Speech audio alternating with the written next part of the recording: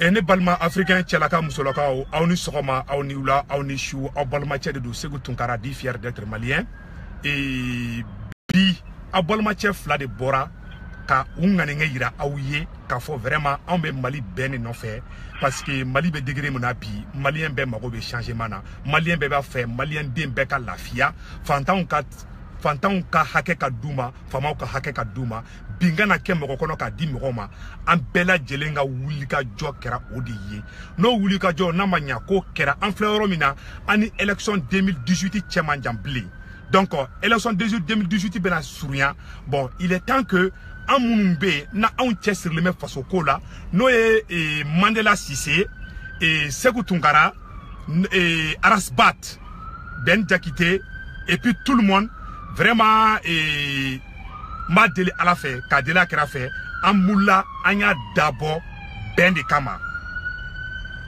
an ma dabɔ kɛlɛ kama an ma dabɔ wuyu kama an y'a dabɔ bɛn de kama donc n bɛna n balimacɛ bɛ di na ko Mandela Cissé ale bɛna kuma dɔ ɲɛfɔ aw bɛna mɛn san nɔ.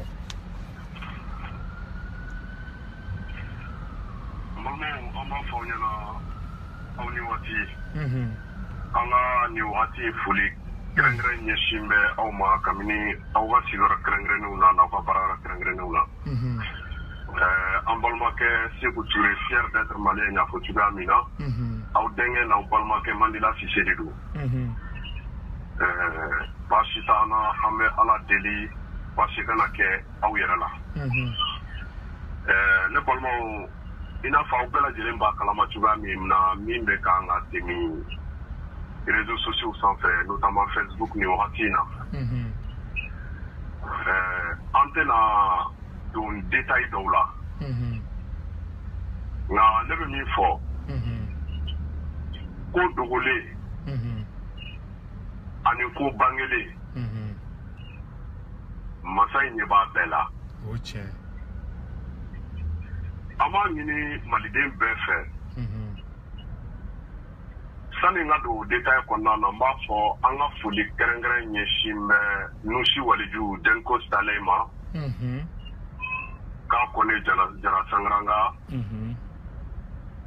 ne yɛrɛ dɔgɔkɛ Siko LCHM Siko LCHM Lagare a fana ye interpellé Sikier Kuyate Jeli Fama ale fana ye vidéo spéciale kɛ k'a interpellé Jitu Bala Mode Waramasa Samake depuis Algérie ale fana ye vidéo spéciale kɛ k'a interpellé o ye mɔgɔ minnu ye interpellé ji sanfɛ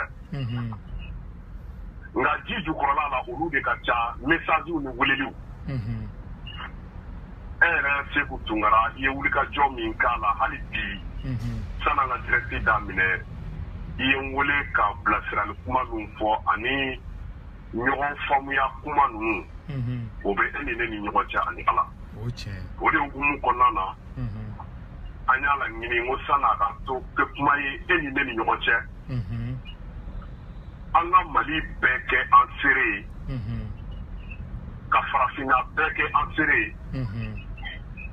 ka diɲɛ bɛɛ kɛ an seere ye ka sababu kɛ bi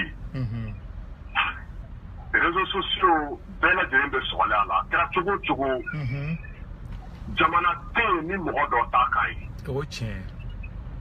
o de y'a kɛ n ko n bɛ Mali bɛɛ interpellé ka farafinna bɛɛ interpellé ka diɲɛ bɛɛ interpellé devant Dieu et les humains fɛn caman mɔgɔw ɲɛ bɛ min bɛ kan ka tɛmɛ ji sanfɛ mais min bɛ ji jukɔrɔ mɔgɔw ɲɛ t'o de la nka olu o fana fɛn caman bɛ yen un bon patriote an tɛ se k'olu ɲɛfɔ an tɛ se an yɛrɛ b'a fɔ ko le linge sale se lave en famille fininɔgɔ dɔw bɛ yen olu bɛ taa ba la dɔw bɛ taa kɔda la dɔw bɛ taa kɔlɔnda la olu bɛ ko yen nka finiw bɛ fini na olu bɛ ko soɲa kɔnɔ na dɛ hali duden bɛɛ ɲɛ tɛ o fininɔgɔ ninnu ye jango kɛnɛma mɔgɔw o de y'a kɛ fɛn dɔw bɛ an t'u ɲɛfɔ réseaux sociaux sanfɛ nka an yɛrɛ bɛ baara min na an yɛrɛ ni ɲɔgɔn cɛ Ala ɲɛ b'a la Donc, ko an ka bɛn n'o de fɔ ne ka liste yɛrɛ est-ce que vous Tunkara fier d'être malien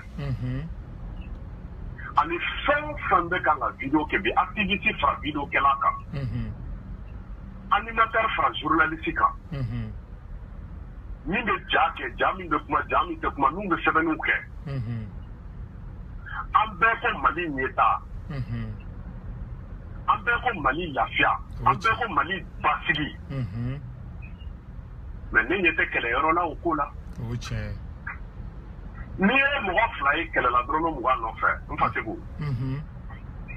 dɔw bɛ fɛ ka 15 ta ka dɔrɔmɛ 5 di kelen ma. Ça c'est vrai. Ala ka tiɲɛ dɛmɛ. Amina Rabbi. Ala ka tiɲɛ dɛmɛ. Amina Rabbi.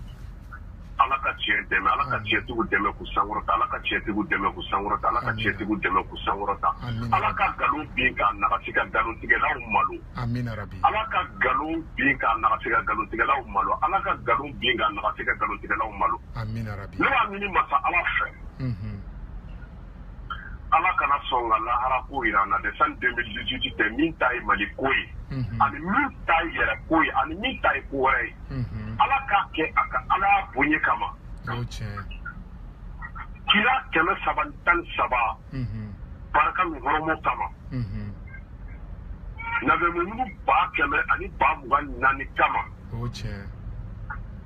k'a tiɲɛ dan kɛnɛmaya walasa ɲɔgɔn buruja ni ɲɔgɔn fa ni ɲɔgɔn ba ni ɲɔgɔn mankutu tiɲɛ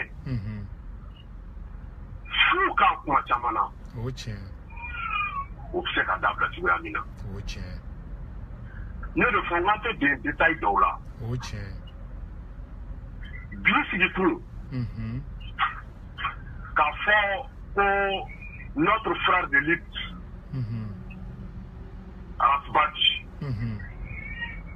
a yɛrɛ bɔra Mali la fa Mali b'a la a b'an fɛ yan bi France awɔ bɛɛ lajɛlen ko ko an k'a lajɛ ko an ni Aras Badji ka fara ɲɔgɔn kan ko k'a kɛ kɛlɛba kelen ye n Fasego ne bolo n'i y'o fɔ ne ɲɛna ne bɛ yɛlɛ n b'a fɔ k'i bɛ kan k'i daji la tiɲɛ i ye tiɲɛ fɔ ye ne Mandela Cissé je suis prêt fasojɔ la fasojɔ la jamana in jɔli la jamana in ye an bɛ sirilen barajuruba kelen min na n'o tɔgɔ Ba Maliba moi je suis prêt à travailler avec tous les dignes sans exception aucune. Oh tiens, c'est Mandela Cissé en direct. N Fasego awɔ ne la philosophie ye mun ye awɔ n ko jamana jɔli la awɔ i fa ka du jɔli la i tɛ se ka jamanaden dɔ mabɔ i ka jamana jɔli waliya hakilinataw la i ye tiɲɛ fɔ ye walima i fa ka du jɔli la i tɛ se i kelen tɛ i fa den ye o tiɲɛ ye i kɔrɔw bɛ yen dɔgɔw bɛ yen o tiɲɛ ye i tɛ se ka i fa den dɔ mabɔ i fa du jɔli la o tiɲɛ k'a fɔ ko e n'a man di walima i n'a kɛlɛla kunun o tiɲɛ ko fila de bɛ yen ko fila n'i bɛ se ka jamana kɔnɔden dɔ bila kɛrɛfɛ walima i fa den dɔ bila kɛrɛfɛ jamana jɔli la a ko fɔlɔ n'an t'a dɔn n'aw y'a fara aw kan jamana jɔli la a bɛ na ni hakilina dɔ ye walima a bɛ na ni taabolo dɔ ye min bɛ na aw ka jamana jɔli ɲɛta daraki ka segin kɔfɛ ka kɔlɔlɔba dɔw lase aw ma min bɛ jamana sɛgɛn tɔ yɛrɛ juguya o y'a fɔlɔ ye aw b'a tigi mun de ni bila kɛrɛfɛ a tɛ bila k'a fɔ ko k'a gɛn complètement o tɛ kɛ dɛ mɔgɔ bɛ se ka erreur kɛ a tigi bɛ corriger ça c'est clair et net ni bɛɛ tura i minɛ wara bolo dɔ bɛ taa n'a ye ça c'est clair et net bɛɛ ka passé bɛ yen o tiɲɛ a filanan n'a tigi yɛrɛ ko ko ne tɛ fara aw kan jamana jɔli la n tɛ fara aw kan fadu jɔli la o y'a filanan ye a bɛ bila kɛrɛfɛ aw t'a to yen complètement dɛ. Ça c'est vrai. aw bɛ to k'a nɛgɛ ni mɔgɔ fila ninnu ni mɔgɔ min farala aw kan n'a bɛ au lieu que jamana ka jɔ jamana bɛ ci au lieu que du ka jɔ du bɛ ci aw bɛ mun de bila kɛrɛfɛ k'a sɔn hakili la dɔɔni dɔɔni a filanan n'a yɛrɛ o tɛ fara aw kan fiyewu aw b'a mun de bila kɛrɛfɛ ka to k'a sɔn hakili la nin ko fila de b'a kɛ i bɛ se ka mɔgɔ mun de bila kɛrɛfɛ a n'attendant a yɛrɛ hakili k'a yɛrɛ sɔn o y'a sɔrɔ aw yɛrɛ bɛ kan k'a ladi ji jukɔrɔ dɔɔni dɔɔni f'a ka taa sɔrɔ yɔrɔ min a b'a sa ko ne ni dɔ kɛlɛla kunun walima e ni ne kɔrɔkɛ kɛlɛ ou bien e ni ne balima dɔ bilala ɲɔgɔn na kunun walima bi bala ko ne tɛ non. C'est-à-dire il faut qu'on se mette au-dessus de la mêlée. Fɛn dɔw bɛ an k'an pan olu kunna. Donc bi arrangement ti dama tɛ dɛ. Hali Layi Burama walima je ne sais pas qui Soumaïla Cissé ou bien je ne sais pas qui. N'i ye plateforme an tɛ a banna bi ta bi ani association caman ta politiki mɔgɔw b'a kɔnɔ politiki tɛ dɔwɛrɛ ye Fatigu politiki ye i sigida ɲɛta baaraw n'i da donna la dɔrɔn hali du politiki yɛrɛ masa Ala yɛrɛ de fɔlɔ la n'i ye dacogo lajɛ k'an yɛrɛ lajɛ dɔ finnen don dɔ jɛlen don dɔ ka jan dɔ ka bon o yɛrɛ ye politiki dɔ ye dutigi ɲuman i mana mɛn ko dutigi ɲuman politiki ɲuman de b'a bolo i dudenw sɔnw tɛ kelen ye f'i k'a lajɛ ka i lajigin walasa n'i ka duden bɛɛ bɛ ɲɔgɔn faamu n'o tɛ duden bɛ boli ma i bɛ tigi i si ma dutigi caman bɛ yen dendenw bolila parce que ani dudenw tɛ ka ɲɔgɔn faamu donc mais politique taabolo jugu min bɛ kan ka kɛ an fɛ yen dɛ n b'a fɛ ko ne t'o de la e t'o de la an ka jamanakɔnɔden ɲuman bɛɛ to o de la n y'o de fɔ n'an bɛ jamana jɔli la diinɛmɔgɔw bɛ na politikimɔgɔw bɛ na mɔgɔkɔrɔw bɛ na danbemɔgɔw bɛ na bɛɛ lajɛlen bɛ na an ka jija an bɛ firilen barajuruba kelen min na n'o tɔgɔ ba maliba n'i nana i ka panfilan politique i b'a fɔ k'a bila da la n'a fɔra jamana kɛlɛ bɛ yen diinɛmɔgɔ mana na n'u silamɛ don i ka kuranna i ka kɔlɔsi i b'a fɔ k'a bila da la ni chrétien nana i ka bible n'i ka croix i b'a fɔ k'a bila da la Bolesona mana na b'a ka foli bila da la an bɛ jɛ ka jugu kun kelen jɛ ni bana de don walima ni kɔngɔ de don walima kalan taabolo jugu min b'an fɛ yen ani lakana ani kiiri bɛ kan ka tigɛcogo ɲuman na cogoya min na an bɛ jɛ o jugu ninnu kɛlɛ ka bɔ jamana kɔnɔ ni an tilal'o la i bɛ n'i ka banfula politique ta i bɛ taa i ka ci fɛ nin b'a ka kuranna n'a ka kɔlɔsi ta u bɛ taa nin b'a ka dumuni ni kuruwa ta u bɛ taa nin b'a ka boli ta bɛɛ bɛ t'i ci fɛ n'i y'a ye tuma caman na an bɛ ɲɔgɔn sɔrɔ kɛlɛfu dɔw la kun tɛ kɛlɛ dɔw la ju tɛ kɛlɛ dɔw la kɔnba de ma faamu halisa n Fatigu ne ko maliden bɛɛ ɲɛna jamanaden bɛɛ ɲɛna an k'an jija taabolo on n'est pas obligé taabolo ka kɛ an diyagoyalen tɛ k'an ka taa taabolo sira kelen fɛ o tɛ se ka kɛ dɛ hali mɛlɛkɛw Ala ka kiraw n'u cira u ma taa taabolo kelen fɛ dɛ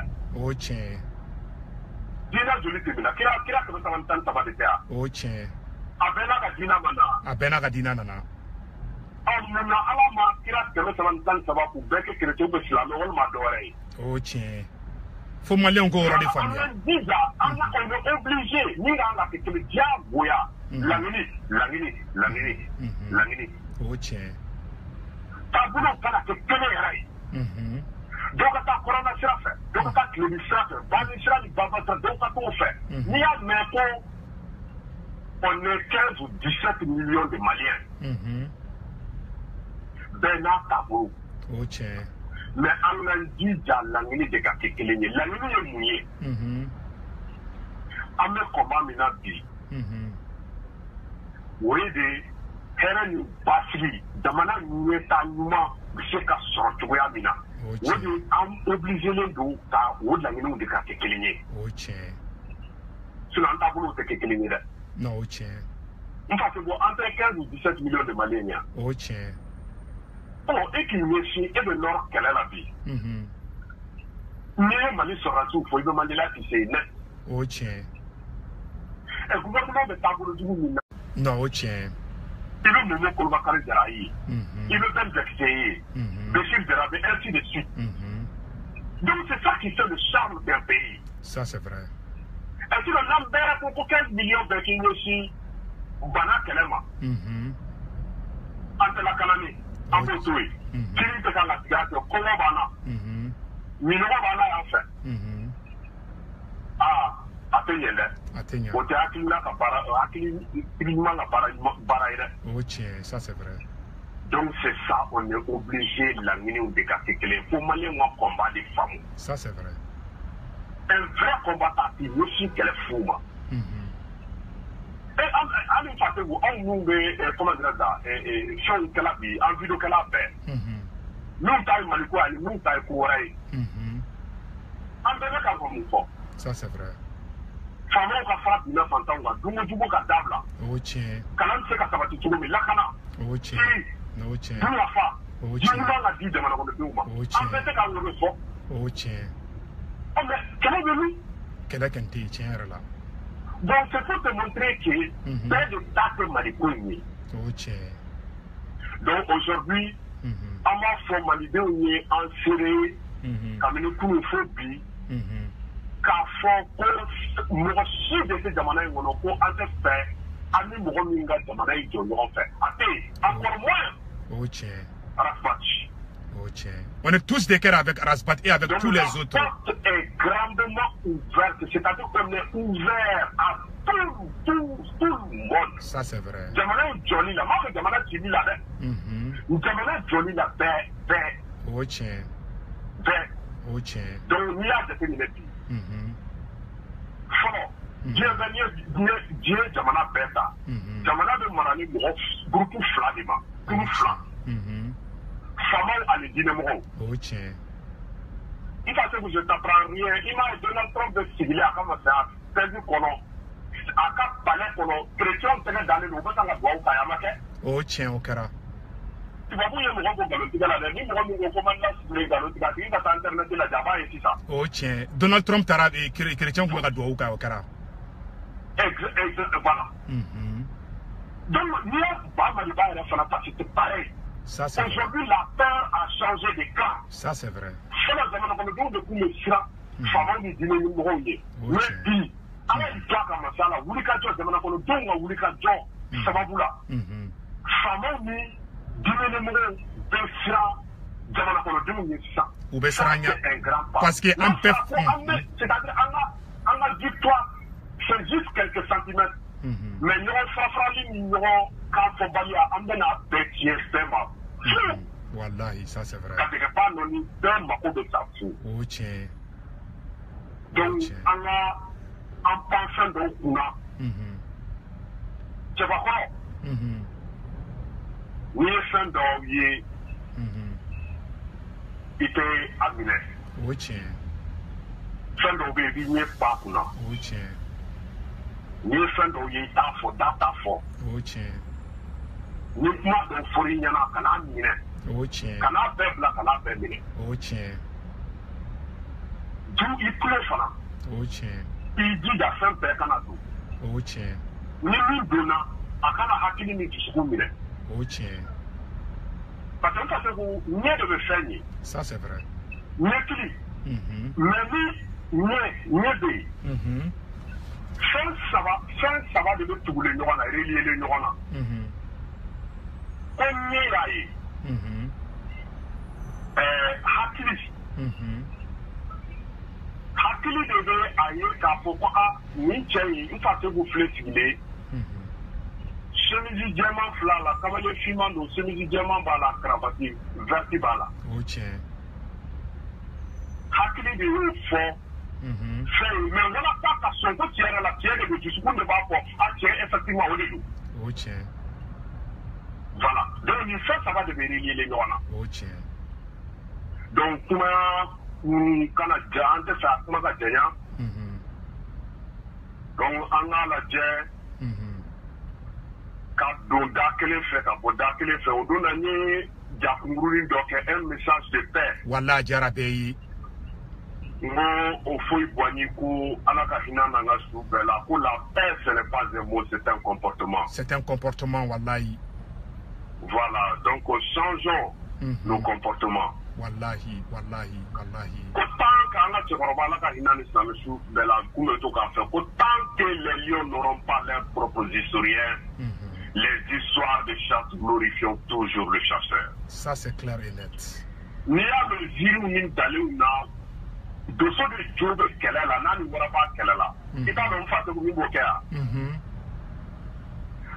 doso de bɛ na ala kaligu kɔnɔ ale de bɛ taa kungo kɔnɔ i b'a sɔrɔ doso wara y'a gɛn a yɛlɛla yirisu la f'a ka kurusi fara la a tɛ n'o fɛ du kɔnɔ dɛ parce que ale de bɛ na ala kali la mais don min waraba nana kaligu kɔnɔ jo bɛ di waraba ma o don. Donc c'est le peuple qui est le lion aujourd'hui. Ça c'est clair et net, wallahi billahi. Donc chaque histoire, on a ni sebe, on a sebe, wallahi. On a sebe. Wallahi. Ni a jate mine. K'a fɔ ko anw bɛ nin kɛlɛ fu la. Mali kɔnɔ bi. Ko dɔw bɛ kan an ba n'an balimamuso dɔw bɛ kan ka to muso kɛlɛ la. 200, 400, 500. Sababu ma sɔrɔ wallahi anw fɛn o fɛn ka fɛn ɲɔgɔn kɔ o kɔlɔlɔ o bɛ se mɔgɔ hakɛ min ma n'o fɔra dɔrɔn ni mɔgɔ min y'i hakili bila baara la wallahi kɛlɛ fo an b'a dabila. Ça c'est vrai. Des fois les gens il y a mɔgɔ dɔw b'a fɔ ko Mandela Cissé ko est-ce ko e bɛ dimi aw ka journaliste américaine Oprah Winfrey aye Nelson Mandela ɲininka ko mais Nelson Mandela e ni kasojugu bɛɛ kɛ ye ni ale yɛrɛ de don ko ye ni kasojugu bɛɛ kɛ ka ni sɛgɛnjugu bɛɛ kɛ i bɔra sisan fo ka se sɔrɔ ko ne ko a dimi t'i la wa i b'a dɔn nin yɔrɔ de la ko Nelson Mandela cɛba tun don a ko a ye journaliste muso répond ko ale kelen de don dimi donna ale personne physique de la ko n'ale ko k'a b'i jɔ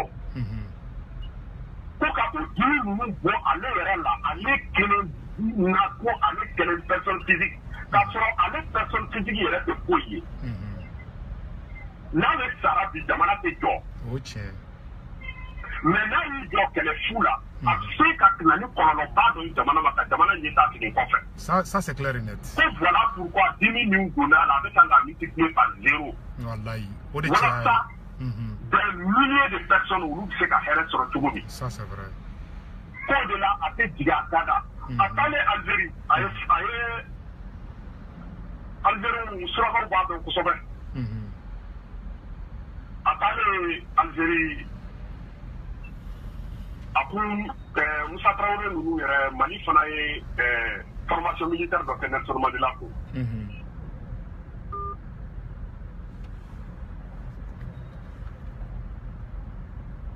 Il y a eu une petite interruption.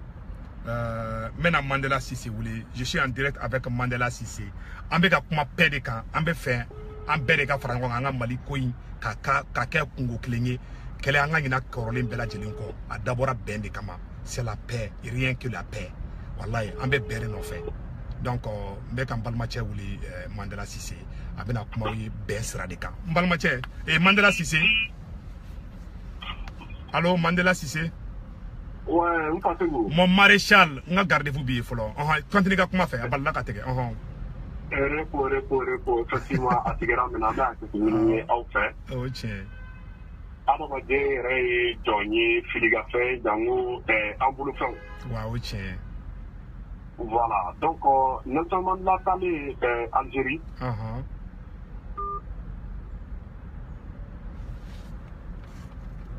Ah, il y a toujours une petite interruption là. Je ne sais pas ce qui se passe là.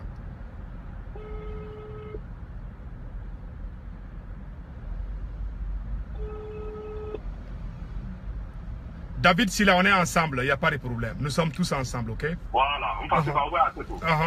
Il y a comment faire? Attendez, Algérie, un jour, vous avez formation là avec un cours du. Tu sais, c'est un avocat baliste.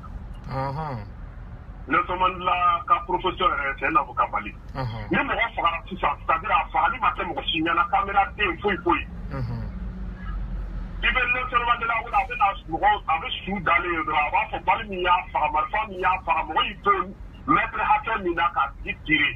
À tirer qui tournera, mais à bas de toi. Non, il est très fort. Vous pouvez prendre la Algérie. Oui, sous doyer. Donc, oui, Fali. Oui, il faut pas me dire flot qui fait pour une conférence là. Moi, c'est pour sous des terres. Donc, quand on a pourquoi être mis là où on était au talent là, pour quoi comme il y a la ligne, il y a des coups à faire, notamment là, pourquoi non. Quand on fait quand on a mis des corps à faire, quand il y a fara, il y a des, il faut qu'à tirer qu'à faire. Oui, il faut que tu dis, non, quand tu te fais ça, pour voir la valeur. Alors, c'est qu'il n'a pas de corps à faire. Voilà, on parle de la poterie, Kala là. Avec Kala est visé.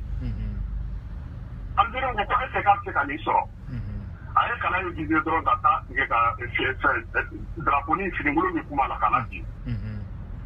Après, on parle spécialiste où les Kala. Oui, il faut effectivement qu'on y fera. Sans qu'on puisse travailler, ma femme y a tiré qu'à part, après, il y a tiré. Oui, Algérie, oui, assez. Assez et Fermono, ciment. Quand ciment non dit qu'à faire quoi, assez garder souvenir à vous, vous Algérie. Pour entrer, content n'a pas d'eau, quoi.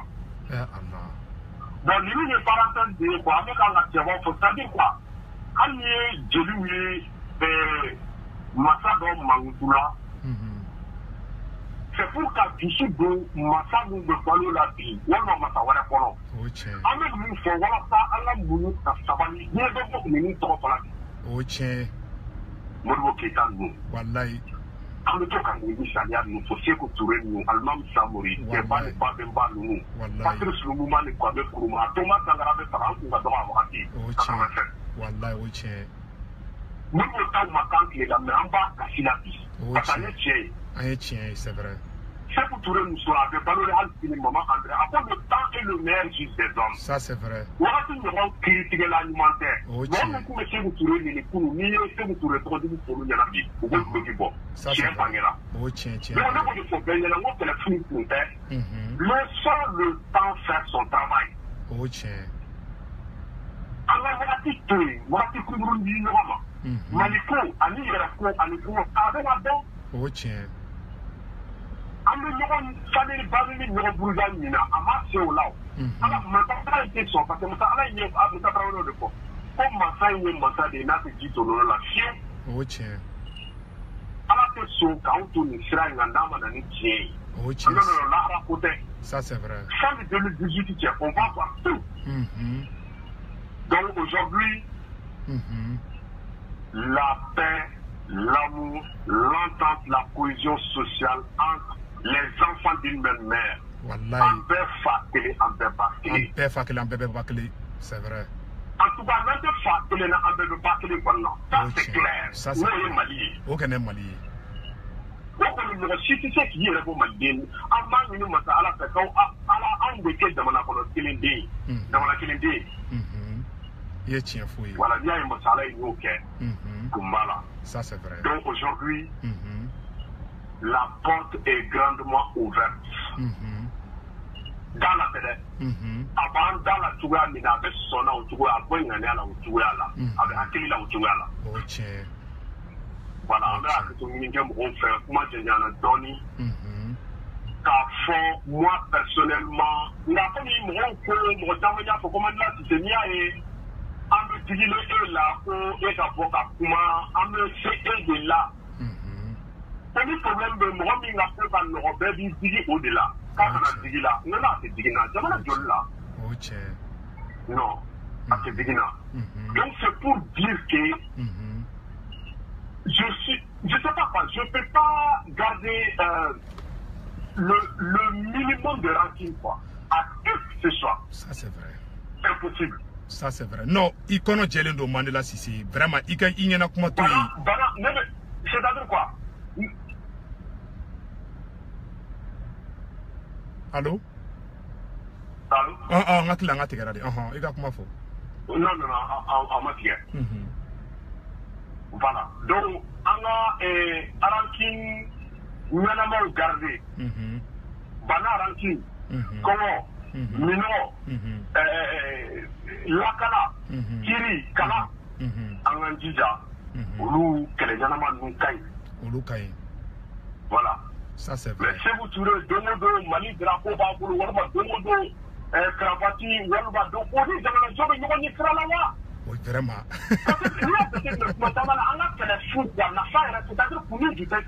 Wallahi, karsa cheka jugu karsa cheka yi.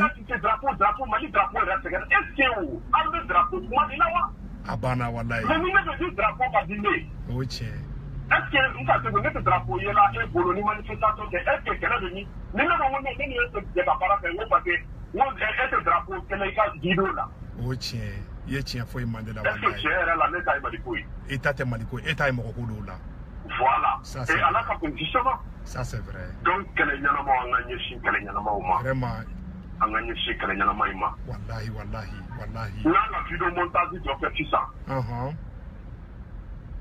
Fin d'ouvrir la que Nord là on passe voir de Gaulle TR là. C'est un scandale permanent. Il se qui dada rondo là où est fait qu'à tout foloni peut-être au peut se qu'à trouver familial quelque ou bien il voilà bon comme il dit ça et réconcilier ça c'est vrai ça dit voilà antenne non ça c'est vrai il tient faux ça c'est vrai angane c'est pour ça ni a une fana ni a ika kuma traiter a mandela ne yule parce que ne be mo chamado atina fa fana ko permani mo beye parce que Mandela ebe tugo mi ne fana beti an kono jelindu anna soro kadi hina bandu sukuna au korote kote taula de mais toi similairement ne jati mi tugo mina e ne ka idol ne fama tugo mina I familialindo et puis hina bi sukuna et puis mo kon kadi ye quoi ni mo ko ke e Mandela si c'est mai tiens la otiki de mai ne mo ko ne segu tungara mai tiens la otiki de mai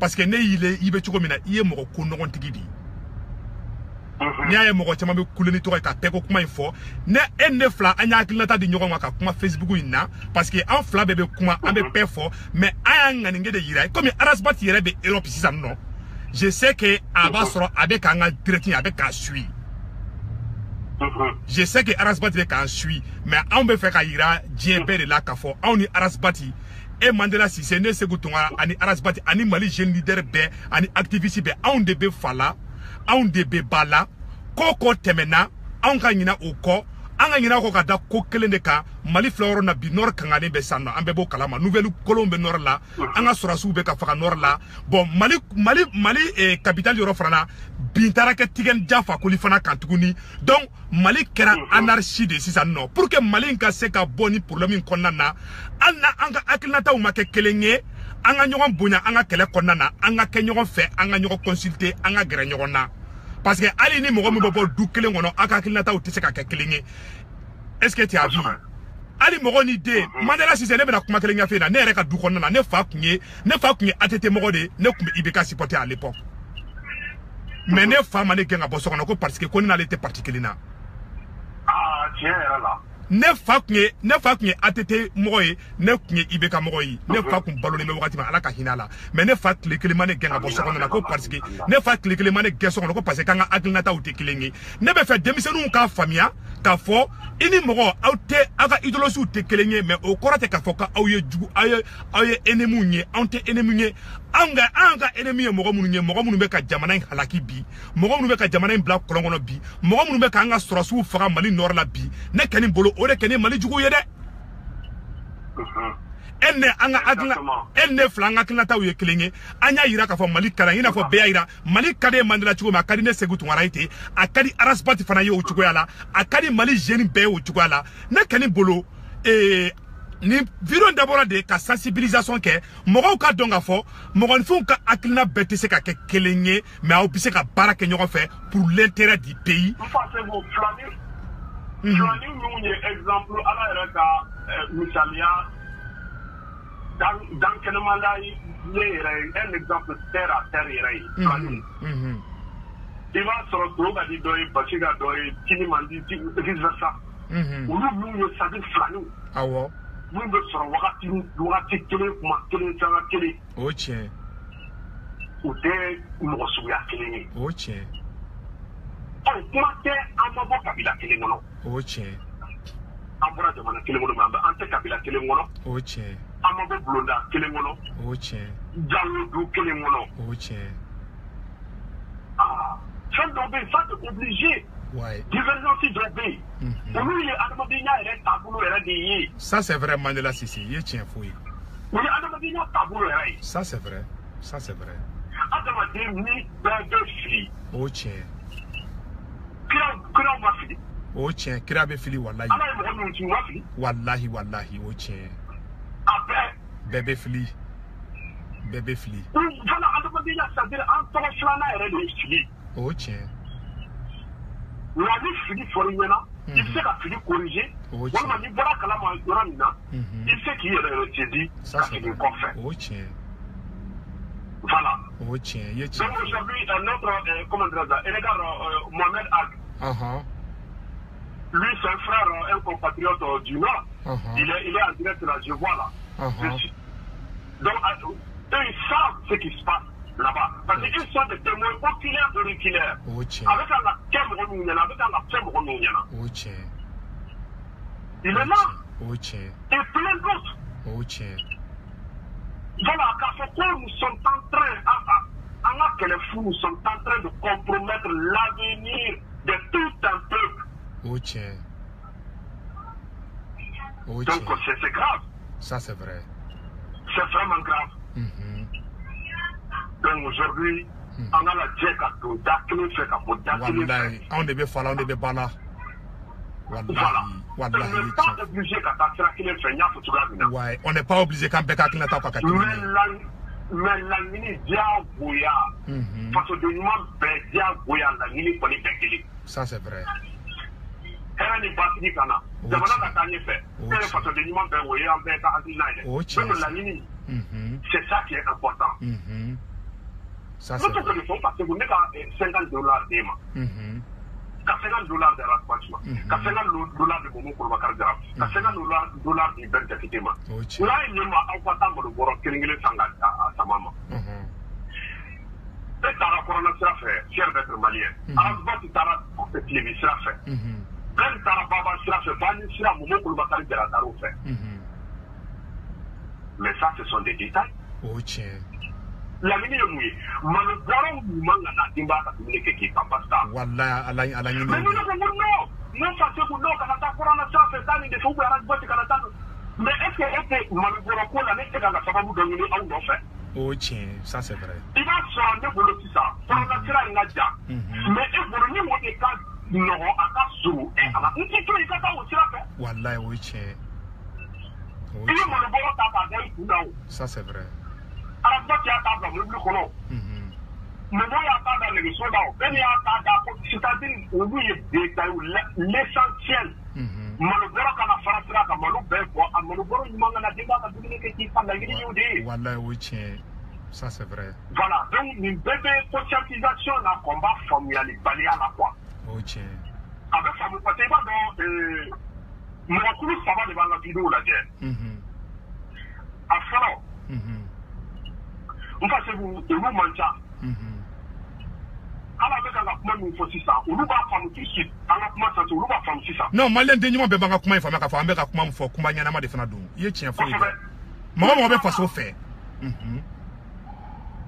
kulu filanan olu fo wagatinin de ka di olu ma taali ɲɛfɛ olu b'a faamu o tiɲɛ ka sababu kɛ adamaden an ka capacité intellectuelle an ka faamuyali cogo tɛ kelen ye oui c'est vrai c'est comme quand tu vois le clé USB cogo min 2 giga 4 giga 500 1 tera en capacité o cogo de la o tiɲɛ ça c'est vraiment de la n fa segu min ye kulu sabanan ye fo ka dugukolo meleke olu tɛna faamu ka sababu kɛ kuma bɛ kan ka bɔ arasibasi min da walima e min da walima bɛn min da walima bomo min da walima ne mandila an ko ka bɔ olu ye olu t'a faamu fo ka dugukolo meleke non ça c'est nin kulu 3 de b'an ka jaw lajɛ o tiɲɛ walayi i y'a bɛɛ de fɔ mais nin bɛɛ la c'est à nous de véhiculer les bons messages anw de kan ka kumakan ɲumanw na n'a ye en même temps c'est-à-dire combat ma nɔgɔn quoi. Conscientisation, ce n'est pas du tout facile. Ça, c'est vrai. Donc, parce que, pour que, c'est-à-dire, il y a le fort. La Bousseline, nous sommes. À quand on dit un vrai combattant, c'est-à-dire, il vous ta. Il y a le code du boulot, n'est-ce pas? Nous, le bousjalou. C'est-à-dire, tu prends, il va y aller, mais, quand vous code du boulot, quand vous m'avez quelqu'un, il a armé de guerrier. Pour ne pas dire un bâton de pèlerin. Ça, c'est vrai. Voilà, donc, c'est-à-dire combat, ce n'est pas facile. Il faut avoir la tête sur les épaules. Ça, c'est vrai. Parce que si c'est le découragement, une déstabilisation, ce n'est pas facile. Hein. Ça, c'est vrai. Comme c'est vraiment l'objectif, il faut viser toujours son objectif. Ça, c'est vrai. Ça, c'est vrai. Donc, on met à côté de Allah ne va pas en pas en faire, qu'à fort, n'en donne pas gasila. Adamaden an bɛ fili o tiɲɛ n'an filila tugu tɛ faamuya cogo don o tiɲɛ an hakili ma mɔ jusqu'à présent an bɛ k'an ka voilà an bɛ ɲɔgɔn auto éduquer de non ça c'est vrai i ka tɛmɛ i b'a ye l'éducation i mana an fɛn o fɛn filɛ réseaux sociaux sanfɛ awɔ nous sommes le reflet de nos familles. Ça, c'est vrai. Allez, madame, sort. Alors, pour moi, avant d'étaler les réseaux sociaux, ça c'est clair. Pour que ce soit, c'est qu'à ce là, ça c'est clair. Donc, l'être humain, c'est le reflet de sa famille. Ça, c'est vrai. Après, la famille, la famille, ça, c'est vrai. Voilà, donc Maraw c'est tout là, voilà, en bon au tour de là, en nous auto-éduqués, en nous mara. Oh tiens.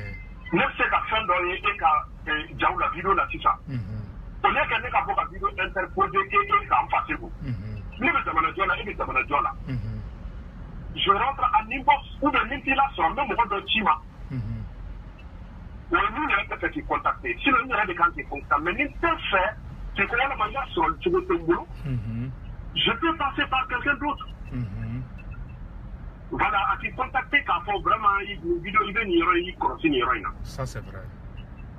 Alors, il y a beaucoup de gens aujourd'hui qui sont en train de nous donner des conseils que tu ne peux pas imaginer. Wallahi. Et puis, nous, mais c'est hallucinant. Wallahi.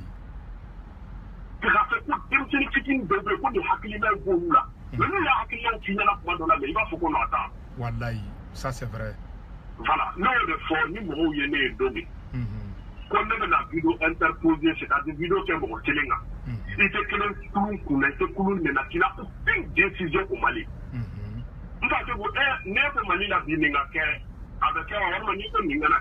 avec une décision du boulot. Non, décision de boulot.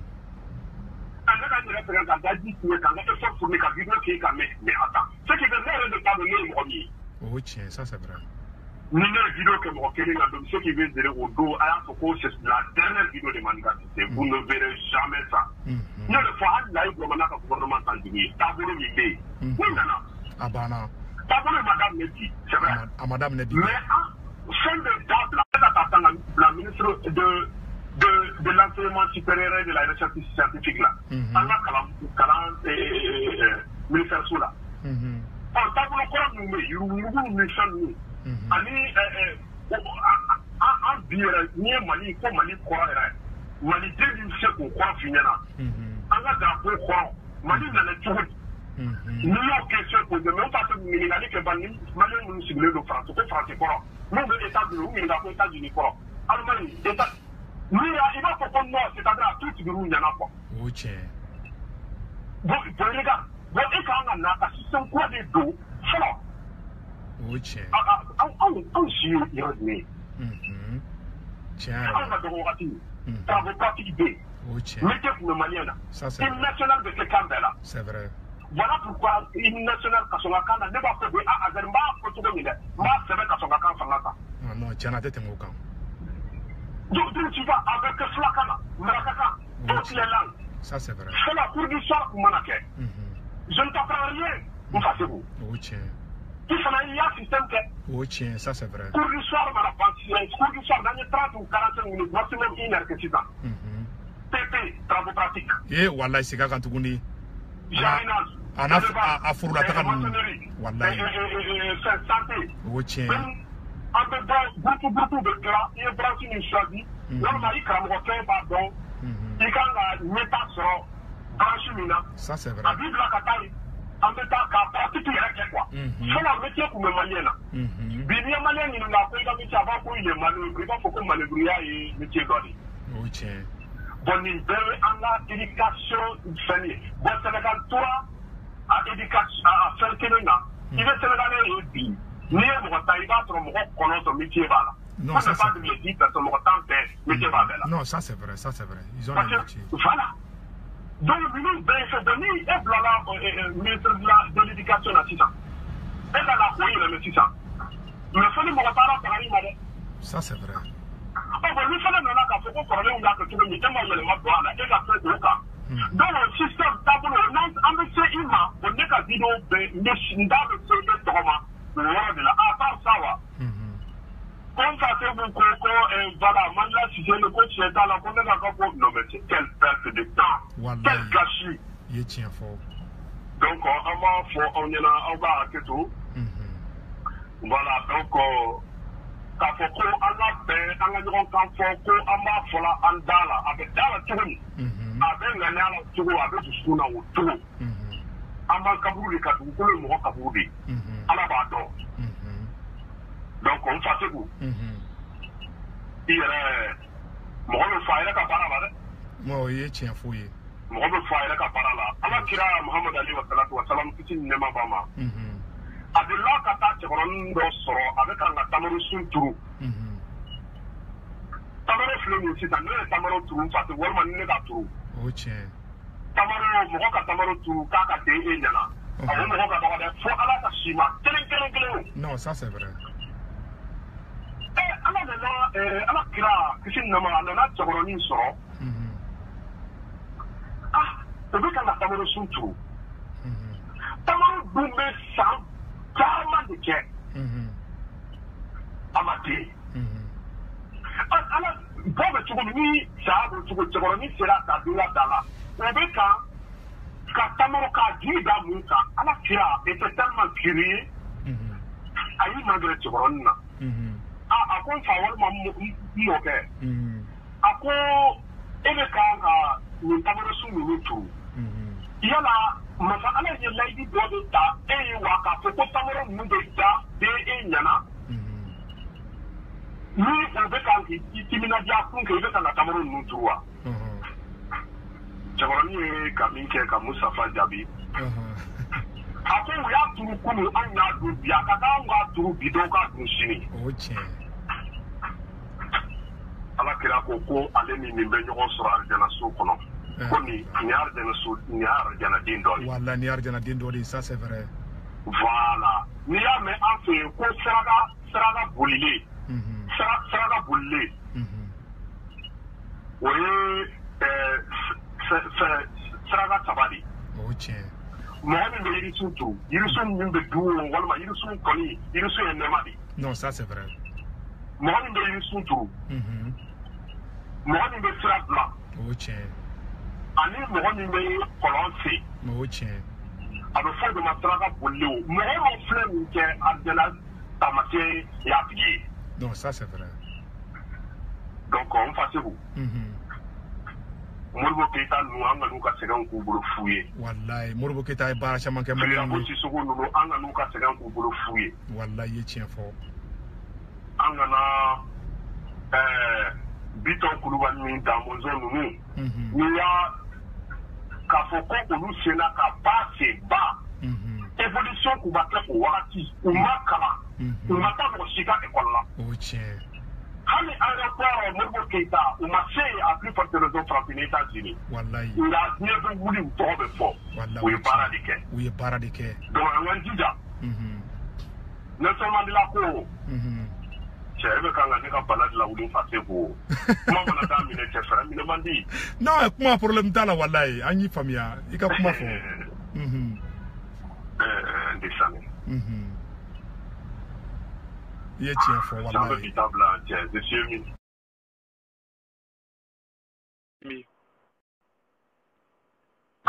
Non, ça fait chaud au cœur, quoi. Ça fait chaud au cœur. Non, wallahi, ni famia.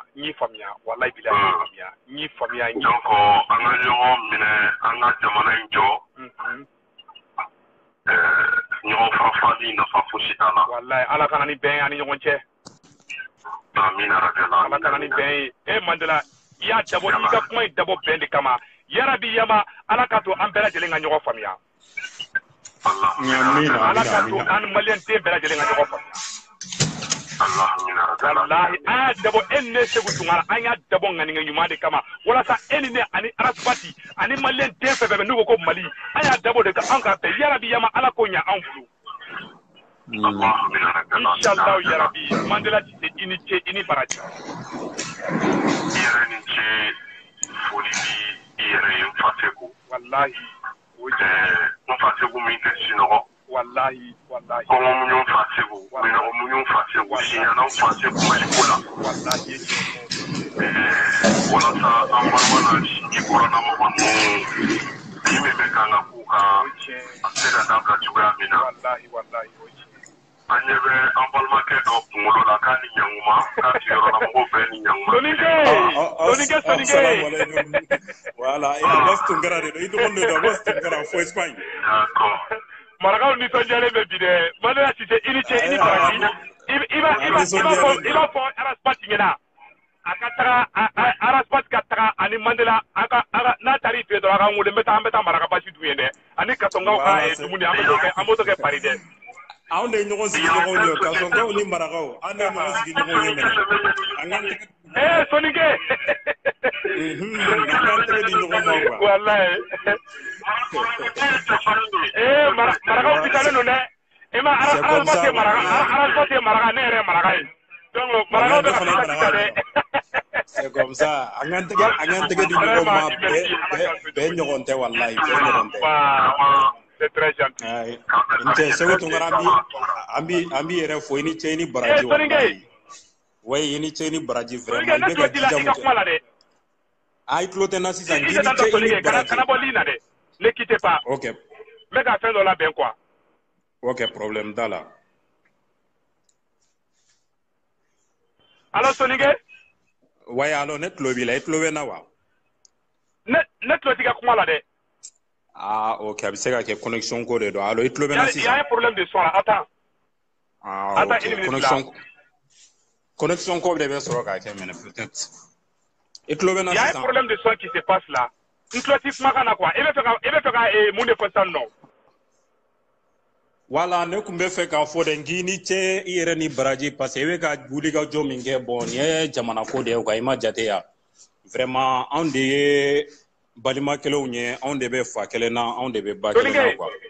Il y a un problème de son dɛ. Ne tulo t'i ka kuma foyi la. Ah, ok. N ko peut-être son ko de bɛ sɔrɔ quoi sinon ne kɔni tulo bɛ ka kumakan na minɛ. I tulo bɛ n na sisan. Allo. Alors si ça tulo bɛ na. I tɛ écouteur b'a la parce que mɔgɔw bɛ k'an lamɛn quoi Mandela n'u tulo b'a la dɛ. Aw tulo bɛ Soninke la. Mɔgɔ jumɛn tulo b'a la? Aw tulo b'a la? Mari aw tulo bɛ Soninke la. Ok Soninke ka kuma fɔ ne kɛ n tulo t'a la dɛ. Mais i bɛ fɛ ka mun fɔ a fɔ quoi o k'a mɛn quoi problème t'a la ne b'i lamɛn. Ni tilala waati min i bɛ ci kɛ n ye quoi. Nka anw de ye balima kelenw ye anw de ye fa kelen ba kelen ye quoi. Donc an maliyɛnw ka cɛ an bɛ ka manamana kelen minnu kɛ Facebook ni fɛnw sanfɛ vraiment a bɛ ka mɔgɔw malo tiɲɛ la an bɛ tunga la yan nɔ an bɛ Espagne kɔnɔna la yan nɔ quoi. Donc n'i taara fan o fan mɔgɔw de bɛ ɲininka ko mun ko kelen bɛ aw ka jamanadenw ni ɲɔgɔn cɛ su ni tile olu de bɛ ka ɲɔgɔn buruja olu de bɛ ka ɲɔgɔn kɛlɛ olu de bɛ ka ɲɔgɔn fɛn don o don ko yala projet wɛrɛ t'anw bolo an ka jamana kɔnɔ n'an bɛ se k'a kɛ n'a ma kɛ ɲɔgɔn kelen de bon vraiment e bɛ ka wulikajɔ min kɛ pour que an bɛɛ lajɛlen ka se k'an tɛgɛ di ɲɔgɔn ma an ka kɛ kelen ye donc vraiment nin ye ko de ko min ka ɲi kosɛbɛ kosɛbɛ quoi i m'a faamuya donc an b'i fo an b'i fo ka jija la kosɛbɛ kosɛbɛ i ni ce i ni baraji i bɛ ka fɛn min kɛ i bɛ ka nin kɛ Mali ko de kama quoi i y'a faamuya i tɛ ka nin kɛ i yɛrɛ kelen kama dɛ i bɛ ka nin kɛ jama bɛɛ kelen de kama quoi parce que n'i y'a jateminɛ maloya mun b'an kan yan nɔ quoi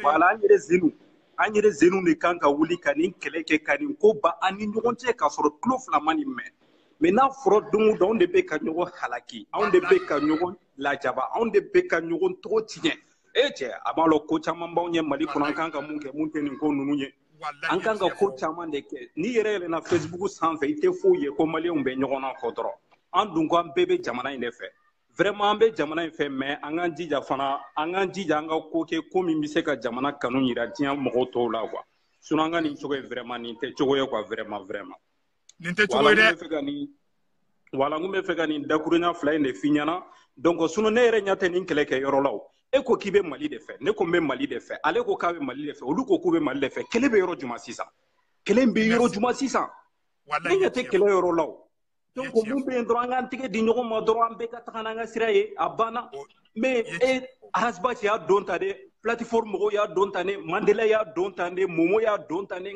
nin bɛɛ manamanakan de y'an ni ɲɔgɔn cɛ ninnu ɲɔgɔn manamanakan tɛ quoi i m'a ye an jugu ye mɔgɔ minnu ye an b'olu dɔn walahi b'a ye an jugu ye mɔgɔ minnu ye dɛ walahi bilahi an b'olu tigiw dɔn an ka wuli ka t'olu de attaquer quoi bɛɛ b'an jugu dɔn quoi a ma se ne k'an da don olu la aw yɛrɛ kuma na olu kan ka tɛmɛ quoi i ma jate ya donc il est temps quoi an k'a lajɛ maliyɛn mago bɛ fɛn min na sa o ye ka cerveau de changer quoi fo ka maliyɛn an ka hakili de ka changer quoi i m'a ye parce que hakilina min yɛrɛ b'anw na donc a man ɲi quoi donc nin ci fitinin de tun bɛ ne bolo dɔrɔn k'a f'i ɲɛna et puis ka tila k'i encourager fana tuguni quoi donc i bɛ ka ko min kɛ nin ye i k'i continuer donc an b'a ɲini fɛ fana i k'i jija cogo bɛɛ la i ka se ka Hasbach fana ta ligne na k'a bila direct la komi i ye Mandela ta k'a bila direct la cogo min na an bɛɛ lajɛlen k'an sigi k'a fana lamɛn quoi i m'a ye parce que ale fana y'an ka guide dɔ de ye ale fana y'an ka kɛlɛ ɲɛmɔgɔ dɔ de ye donc toujours an kɔfɛmɔgɔw an kɔfɛmɔgɔw fana b'aw ɲɛfɛmɔgɔw de lamɛn quoi ala yɛrɛ ye diɲɛ da ten de depuis ala ye diɲɛ da cogo don min na a bɛ dɔ de bila ɲɛfɛ tɔw b'o tigiw kɔ quoi diɲɛ da nin cogo de la quoi i m'a ye o de y'a kɛ ala bɛ kira dɔ ci a bɛ jama bila ka tugu o kira kelen kɔ a ma bɛɛ ci ka bɛɛ kɛ kira ye i m'a faamuya donc o cogo kelen de don ni ala ye mun bila an ɲɛ donc an bɛɛ lajɛlen k'o la mais an ka tugu olu de kɔ quoi i y'a faamuya pour que an bɛ se ka jamana in bɔ nɔgɔ la cogo min na quoi donc ne kun bɛ fɛ ka nin kuma fitinin de fɔ donc an b'a f'i ma i ni ce i ni baraji wa inshallah n b'a tɔ fɔ marakakan na arna wuron kɛrin ka wani bari ɲɛ b'an ka jɔn kelen kelenninw na dini sanfɛ dɛ maninka ninnu an ka jɔn dɔw ye quoi wala ko maninka bura a ko ma cogo dɔn i ka kumalatigɛ tɛ quoi i b'a dɔn n'i ko k'i bɛ bɛn ɲini tɔgɔ bɛɛ bɛ f'i i bɛ wele tɔgɔ bɛɛ la mais ne y'o bɛɛ ta k'o dan kɔfɛ ala de bɛ bɛn ŋanige don ouais non vraiment ouais c'est comme ça non ni kɛra ɲalibaga ye f'i ka kɛ muɲubaga fana de ye quoi n'i ko i bɛ mɔgɔw cɛ de ɲa ko foyi voilà i bɛ dɔ fara kan halisa quoi i bɛ dɔ fara kan parce que i bɛ combat min na n'a ma s'a final de la quoi a bɛ n'a fɔ i ye ko dɔ de daminɛ f'a ka se a dan de la quoi n'a ma s'a dan na a bɛ k'i bolo kɛlɛfu fana ye quoi parce que ka mɔgɔw cɛla bɛn foyi ma gɛlɛn dugukolo sanfɛ k'a bɔ voilà foyi ma gɛlɛn dugukolo sanfɛ k'a ko bɔ quoi i y'a faamuya i b'i jija cogo bɛɛ lajɛlen na i bɛ muɲu i bɛ sabali mɔgɔw bɛ fɛn fɛn fɔ donc i bɛ nin bɛɛ lajɛlen to yen quoi parce que hadamaden mana kɛ cogo o cogo i mana kɛ cogo o cogo hali n'i ye don kɛ ji kɔnɔna la dɔw b'a fɔ i bɛ ka poussière wuli Imaya. Donc hadamaden tɛ se ka kisi wala hadamaden tɛ se ka kisi mɔgɔw ka kuma ma quoi. Donc mɔgɔw ka kuma ninnu i b'o to yen quoi. An ka dɔnnibagaba dɔ bɛ a tɔgɔ ko Imam Shafi'i quoi. Ale ko ni mɔgɔ min k'a b'i kunkolo la ko mɔgɔw tɛ fɛn f'i ma k'e kunkolo de tiɲɛlen don ko mɔgɔw ko ko ala yɛrɛ ye saba ye ko n'u ye dɔ fɔ e ma ko bɛ e tɔɔrɔ mun na mɔgɔw de y'a fɔ ko ala yɛrɛ ye saba ye ala dun ye kelen dɛ donc fɛn fɔra ala yɛrɛ ma ne e ko fɛn tɛ fɔ e ma i b'a dɔn e fana tɛ ɲalikɛla ye donc toujours i bɛ sira min kan wala i b'i jija o sira kan mɔgɔ ka kuma ninnu kan n'olu lamɛn dɛ hadamaden bɛɛ tɛ se ka kɛ hakilina kɛlɛ olu ye maninka ninnu dɛ n'olu kɔnɔ fa tigadɛgɛ la ka ban dɔrɔn u to ka fɔ t'a dɔn bilen quoi i m'a ye o bila kula ka marakaw de bɛ Mali mara dɛ wala o de don y'o de f'u ɲɛna n ko u ka cɛ bɛɛ kulu sanfɛ anw de y'a layɛlɛ n'a ma cogo dɔn fana an bɛ taa la jigin ka bɔ yen nɔ quoi parce que anw de bɛ ordre di quoi n'anw ma ordre di a tɛ se ka ɲɛnabɔ quoi ok merci comme sali wagati sera anw bolo nin heure in na donc an bɛ fɛ ka taa seli fɔlɔ donc merci vraiment Soninke vraiment i ni cɛ i ni baraji vraiment wala ti kana wa sport ɲɔgɔn di yɛrɛ ayiwa kɛri merci n'ora no baraji ok kan bɔ la bye bye ni an balima dɔ de ye vraiment a bɔra a y'a ka soutien di an ka bɛn taabolo la bon ne y'o de ɲɛfɔ aw bɛɛ lajɛlen na n balima africain malien cɛ n'a muso foyi tɛ bɛn de bɔ ni mɔgɔ min bɛ fɛ ka na broadcast la aw bɛ se ka demande ci n b'aw ta broadcast la aw ka hakilinata ye mun ye aw bɛ kuma écran na i n'a fɔ Soninke kumana cogo min na ni mɔgɔ min bɛ fɛ ka kɛ ok n ye dɔ ta sisan nɔ attendez une minute pourtant j'ai accepté hein a y'a kɛ to dɛ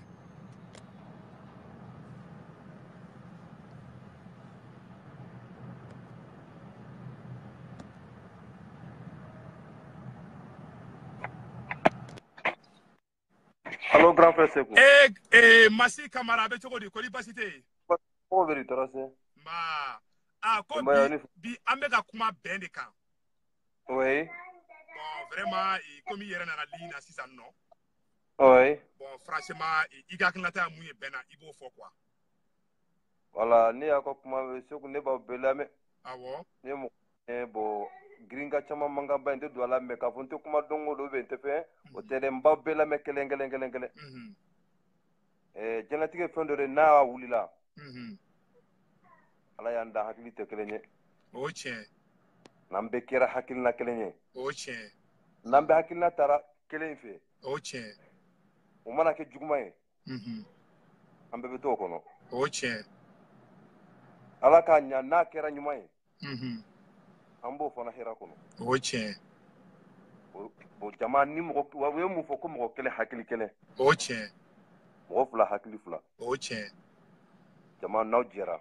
Fɛn bɛɛ b'a kɔnɔ. Ça c'est vrai. U ye kuma bɛɛ fɛn ɲɛna k'a fɔ ko ni kɛra mɔgɔ min bɛna dilali kɛ. Fɛn caman bɛ da i kan dɛ. Non i ye tiɲɛ fɔ. Fɛn dɔ de bɛ ɲɛsin ma. I k'i dusu yɛrɛ de faga. Ni ala sɔnna ma n'i ka kuma mɛn kɔrɔ. Ne b'i ka ko bɛɛ lamɛn depuis aw ka mankan misɛnninw bɛ ne tulo b'a bɛɛ la kelen kelen n b'i suit hali ni min tɛmɛna ko ni jiginna baara la n b'a lamɛn. Wo Mandela Sise o Raspati o comment ça s'appelle Gidi bɛɛ ne b'a bɛɛ lamɛn kelen kelen kelen. O tiɲɛ. Ma mɔgɔ si minɛ nkalontigɛla ye m'a fɔ mɔgɔ si ma ko e nin ye. Munna e ta min fɔ ne b'a dɔn e bɛ yɔrɔ min na ne bɛ yɔrɔ min na. O tiɲɛ. Est ce que forfait in ye fu de. O tiɲɛ. I b'i ka forfait na mɔgɔ si t'a d'i ma i yɛrɛ de don. O tiɲɛ. I y'o kɛ a la mun na faso. O tiɲɛ. I bɛ yɔrɔ min na n'i ma kɛ den ɲuman ye est ce que i hakili bɛ to i faso yɛrɛ kun. O tiɲɛ. Parce que alhamdulilah i bɛ yɔrɔ min na i kɛ dahirimɛ ala y'o sɔrɔ n y'a nɔgɔya ma. O tiɲɛ. O dɛnnen tɛ fa la o dɛnnen tɛ foyi la o bɛ bange faw ka duwawu de bɛ nɔfɛ. O tiɲɛ. Hali bi o bangebaga minnu bɛ so. I bɛ mankan fɛn fɛn na hɛrɛ ka se olu de ma. O tiɲɛ. Aw si tɛ ka mankan kɛ ko bɔnɛ ka se olu ma. O tiɲɛ. N'i y'aw bɛɛ bɛ fɛn fɛn filɛ mankan la sisan ne kɔni b'a dɔn kɔni aw bɛɛ ɲɛ bɛ fɛn dɔ de la. O tiɲɛ. Bɛɛ ɲɛ bɛ fɛn mɔgɔ ye mankan kɛ a ye mankan kɛ mun na a y'a ɲininka mankan dun. O tiɲɛ. An tun tɛ fɛn minnu don fɔlɔ la. Ala ye tagama ni kalan ni denmisɛnnin minnu kalanna ka taa ɲɛfɛ komi o n'aw ɲɔgɔnnaw. Anw tɔw minnu mana kalan ka se o niveau la. n'aw kɛra k'a fɔ k'aw bɛna an bɔ dibi la ne bolo hɛrɛ de dɛ o tiɲɛ m'a fɔ ancienw fana k'a fɔ ko a bɛ juguman ye juguman minnu fana bɛ yen an k'a lajɛ k'olu don an ni ɲɔgɔn cɛ o tiɲɛ n'an y'olu dɔn i ni mɔgɔ bɛ ɲɔgɔn na n'e m'i ka kɛlɛkɛbaga dɔn i bɛ se ka kɛlɛ kɛ cogo di non o tiɲɛ ça c'est vrai mais n'i y'a dɔn système bɛ yen i bɛ se ka kɛlɛ kɛ n'o ye k'a sɔrɔ ni a ma kɛ bɛrɛ t'a ni fɛn wɛrɛ ye o tiɲɛ an bɛ tile min na ko bi hakilina kelen de bɛ yen o tiɲɛ k'a fɔ fanga bɛn n'aw tile banna o tiɲɛ e min ɲini fɛ toujours awɔ muɲu i k'o fara i yɛrɛ kan ni ala sɔnna ma inchallah jɛlenya i k'o k'i taabolo ye ni ala sɔnna ma mɔgɔ o mɔgɔ ni fɛn fɛn na n'a bɛ na ni ka na e seko k'a fɔ ko i nɛgɛ k'i la don o kɔnɔ o sini ma sini minnu tugura i ko minnu dalen bɛ la ka tila ka olu tigɛ ka tila ka ni ko dɔ ye a b'u jigila ka misaya dɛ ala k'an kisi o ma voilà k'a fɔ an ye ne ti dɔn e tɛ ne dɔn o tiɲɛ an ye ɲɔgɔn dɔn cogo di faso kunkanko de filɛ ka wuli o tiɲɛ maliyɛn bɛɛ ye ɲɔgɔn dɔn sisan o ye ne bolo hɛrɛba de don o tiɲɛ an bɛɛ bɛ ka ɲɔgɔn ɲini an bɛɛ bɛ ka kuma ɲɔgɔn fɛ an bɛɛ bɛ ka fɛn kɛ ɲɔgɔn fɛ aw filɛ ka rythme dɔ daminɛ su in na franchement o diyara ne ye kojugu sananguya in fɛnba de don o tiɲɛ ala k'o to an ni ɲɔgɔn cɛ ala ka n'o ban ni ɲɔgɔn cɛ amina rabi amina rabi amina rabi n'o banna dɔrɔn juguya bɛ na ala k'an kisi o ma amina rabi a y'aw cɛsiri inchallah a haminako ya rabi ala k'a nɔgɔya amina rabi amina rabi haminako ye mali de ya rabi ala ka mali kɛ an sago ye amina rabi ala ka ɲɛmɔgɔ ɲuman d'a ma min bɛ se k'an ka mali kunnawolo ka amina rabi hakili ɲuman ala k'a di aw minnu fana bɛ an ɲɛfɛ ala ka hakili ɲuman ni sabali d'aw ma amina rabi amina rabi amina rabi voilà bon ne bɔra ka nin kumanin de bila i ni ce i ni baraji voilà ala k'an to ɲɔgɔn ye amina rabi amin vraiment nin diyara n ye a bonyana ma inshallah n b'aw suivre tuma bɛɛ n b'aw suivre courage a ka gɛlɛn dɛ mais a ma nɔgɔ mɛnɛ wallahi a ma nɔgɔ ala k'an to ɲɔgɔn ye amin rabi amin an bɛ ɲɔgɔn ta o la kɔfɛ y'a mɛn inshallah merci beaucoup k'an b'o la inshallah merci beaucoup assalamu alaikum an balima dɔ bɛ na ligne na sisan nɔ n y'an balima dɔ invité sisan nɔ ale bɛ nale ligne na san a fana bɛ na hakilinata fɔ parce que bi ta an bɛ ka kuma réconciliation de kan Duga Kɔrɔbali il faut aller à broadcast n bɛ fɛ i ka kuma quoi allo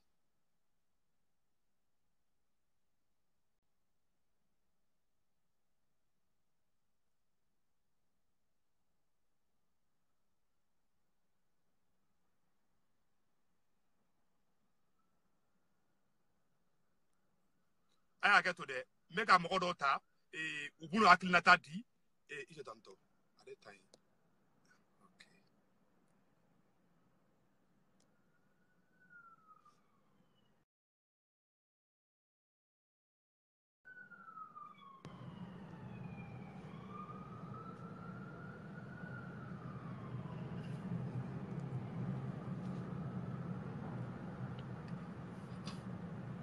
donc n bɛ ka mɔgɔ dɔ invité parce que mɔgɔ bɛ ka demande ci pour que u bɛ se ka kuma cogo min na donc n bɛ ka essayer k'olu de ta u b'u ka hakilinata fɔ Lamine Dukure a bɛ cogo di Marakacɛ o ma marakaw dɔrɔn de bɛ ka ne ta bi yan ouais a bɛ cogo di ça va ko baasi tɛ yen baasi foyi tɛ alhamdulilayi ko an bɛ fɛ maliyɛn den bɛɛ ka don da kelen fɛ ka bɔ da kelen fɛ hali n'an ka hakilinataw tɛ kelen ye an bɛ ka kuma Arasbati ni mɔgɔw bɛ se ka an bɛɛ bɛ se ka fara ɲɔgɔn kan cogo min na comme Arasbati yɛrɛ bɛ Faransi a ka di ne ye an bɛɛ ka fara ɲɔgɔn kan vraiment hali n'an ka hakilinataw tɛ kelen ye mais an ka essayer an bɛɛ bɛ Mali ko in de la donc an ka essayer ka ɲɔgɔn faamuya fɛn misɛnnin minnu bɛ kɛrɛfɛ k'olu bɛɛ ban vraiment an ka continuer an ka adamadenya fɛ a dabɔ kun yɔrɔ de pour que mankan bɛ réseaux sociaux la a ka se ka cuma cogo min na an ka dɔn k'a fɔ ala ma bɛɛ da k'i ka hakilinataw kɛ kelen ye mais an bɛ se ka baara kɛ ɲɔgɔn fɛ ka sɔrɔ an ka hakilinataw tɛ kelen ye sabu de kama an bɛ fɛ bɛn de ka don maliyɛnden bɛɛ ni ɲɔgɔn cɛ parce que an bɛɛ b'a dɔn an bɛɛ jugu ye mɔgɔ minnu bɛ ka jamana in halaki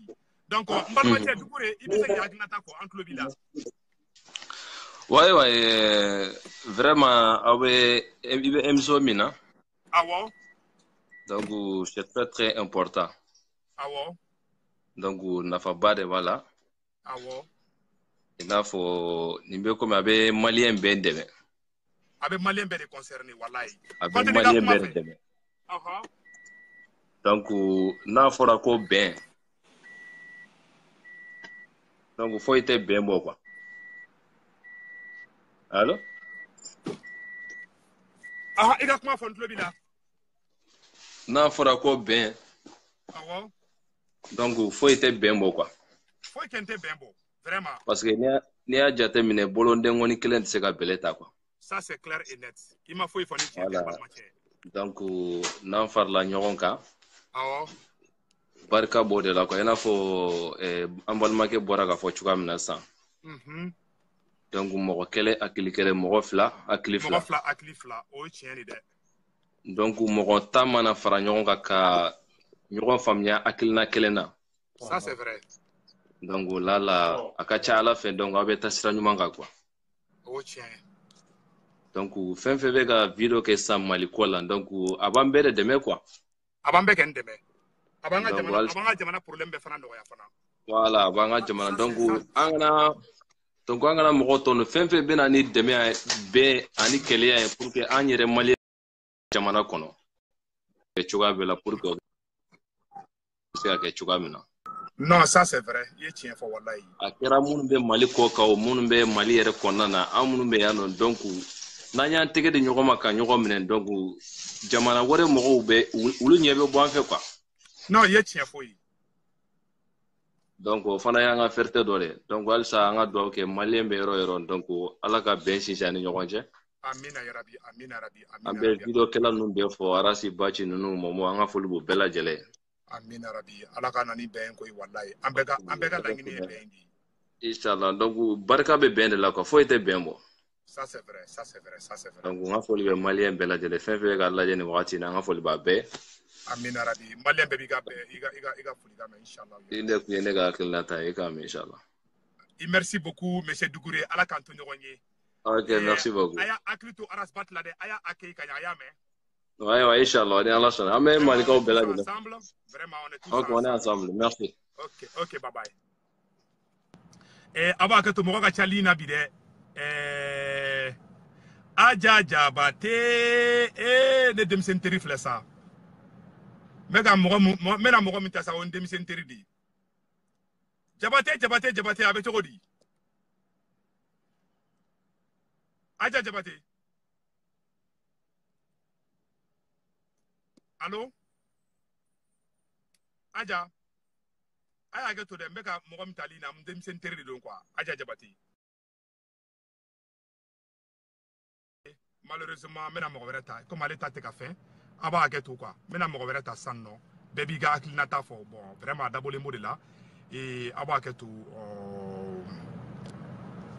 je vais faire ça en ordre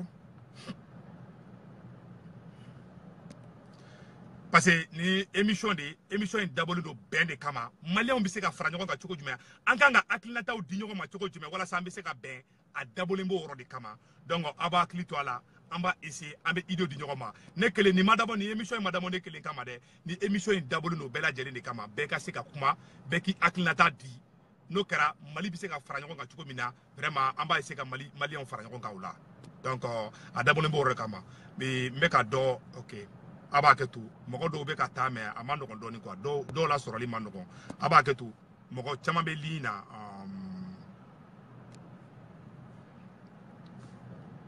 mɔgɔ bɛɛ bɛ fɛ k'i hakilinata fɔ quoi bon c'est quelque chose c'est pas facile donc an bɛ ka essayer ka mɔgɔ dɔw ta mais dɔw ka ligne man ɲi kosɛbɛ quoi an bɛ ka essayer ka dɔw ta n balimakɛ ni ce Dansoko Morike ouais monsieur Tunkara ko di baasi t'i la kɔri baasi t'i la fiston ça va ouais ça va alhamdulillah ouais nisɔndiya don de ye bi ye yɛlɛ don de ye ouais alhamdulillah vraiment an bɛ fɛ bɛn de ka don maliyɛnw ni ɲɔgɔn cɛ ouais n tɛ mu Dansoko Morike de tɛ musique la bɛ ni franchement franchement i ka bi émission a diyara ne ye a bonyara ma merci beaucoup sani an ka kuma daminɛ komi sira dɔ la ne den ye bari n b'i fo o tiɲɛ parce que hali mɔgɔw den ni n'a ye fɛn kɛ n'a ɲɛna donc i bɛ ka ne ka fɔ i kan ka fɔ o y'o tiɲɛ voilà sabula ka da bon Tunkara ni Dansoko ninnu donc an bɛɛ ye mɔgɔ kelen ye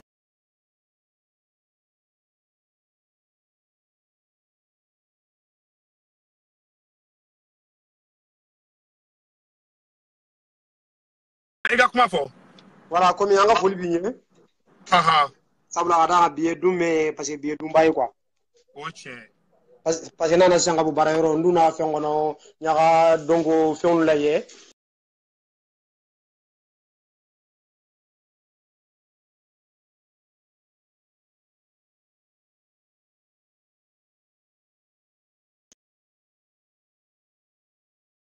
ne kun bala ka fɛn kan a ega kuma fɔ voilà comme a ko kuma bɛ mɛn kan o ye bɛn ye quoi o tiɲɛ an bɛ bɛn de nɔfɛ donc Mali ye bɛɛ ye kelen an bɛɛ bɛ bala an bɛɛ bɛ fa la voilà an bɛɛ bɛ bala an bɛɛ bɛ fa la an bɛɛ bɛ bala an bɛɛ bɛ fa la wallahi o tiɲɛ voilà ne ye min fɔ aw ɲɛ parce que hadamadenw parce que kuma ka nɔgɔ mɔgɔ ma ɲɔgɔn ye quoi o wayi mɔgɔ ka kuwa effectivement kuma ka nɔgɔ dɔ ma ka tɛmɛ dɔ voilà parce que a yɛrɛ b'a dɔn a ma nɔgɔ quoi o tiɲɛ ça c'est vrai parce que hadamaden voilà parce que mɔgɔ bɛɛ bɛ kan k'i ta fɔ ça c'est vrai bɛɛ b'i ta fɔ la voilà mais mɔgɔ n'i kɛra mɔgɔ ye ɲuman bɛ f'i ma juguman bɛ f'i ma quoi voilà juguman bɛ f'i ma voilà mais parce que hadamaden ko bɛ cogoya min na bi Tunkara a ma nɔgɔ quoi o tiɲɛ voilà ne kɔni bɛ foli di aw bɛɛ lajɛlen ma mɔgɔ b'an ka vidéo kɛ an b'aw bɛɛ lajɛlen fo o tiɲɛ parce que n'i ka an farala ɲɔgɔn kan parce que an bɛɛ ye maliyɛnw ye quoi o tiɲɛ voilà parce que an b'a fɛ Mali ka avancer o tiɲɛ voilà i ka émission waati bɛɛ ne bɛ ka audition ni ka fɛn lamɛn quoi voilà pourquoi ne b'a lamɛn parce que kuma minnu fɔra franchement kuma ninnu bɛ ne arranger quoi voilà ne bɛ kuma kile f'i ye parce que i ka ne tulu jɔ mɔgɔ kuma la Mali kɔrɔ i bɛ se ka mɛn kɛ i bɛ o k'a la o tiɲɛ voilà an bɛ dugawu kɛ donc i bɛ baara min na Ala ka continuer amina rabi amina rabi donc Ala ka donc laɲini bɛɛ la sabati amina rabi bon ne bɛ pari bon n'i ka n dun na donc CDR la parce que n b'a dɔn arasibasi mɔgɔ min don voilà a bɛ kan ka kuma min fɔ a bɛ kan ka tiɲɛ fɔ quoi o tiɲɛ c'est vrai parce que voilà hali tɛ Tunkara n'i ka ji bɛ kuma parce que i b'a bɔn ka maliyɛndenw ka hakɛ ɲini k'a d'i ma o tiɲɛ voilà n'o tɛ n'a danna i kelen ka kɔma donc i bɛ se ka fɛn bɛɛ k'i yɛrɛ ɲɛ quoi o tiɲɛ voilà mais dunamatigɛ tɛ o ko suguya ye quoi o tiɲɛ voilà n ko komi n bɛ yɛlɛli an bɛ foli di aw bɛɛ lajɛlen ma an bɛ bɛn an b'an tɛgɛ di ɲɔgɔn ma amina inchallah voilà komi 2018 fana bɛ na nin o tiɲɛ donc maliyɛnw de bɛ fara ɲɔgɔn kan ka président sigi non c'est vrai voilà maliyɛnw de bɛ fara ɲɔgɔn kan donc ka président wuli o tiɲɛ voilà bon n ye restaurant dɔ la mais n'o ye Musa Tili wagati ye mais o kuma ka jan quoi o tiɲɛ voilà parce que kumaw fɔ la franchement o kuma n'u ye bon ne yɛrɛ content fɔ ka ban ɲa ma vraiment hali bi Ala k'an to ɲɔgɔn ye amina arabi voilà dɔgɔ dɔlɔ don m'o la o tiɲɛ i ye tiɲɛ voilà n ko n bɛ foli d'i ma merci beaucoup voilà merci toi-même inchallah voilà donc amina an bɛ Tunkara merci beaucoup ok merci ok ciao bye ciao ok bye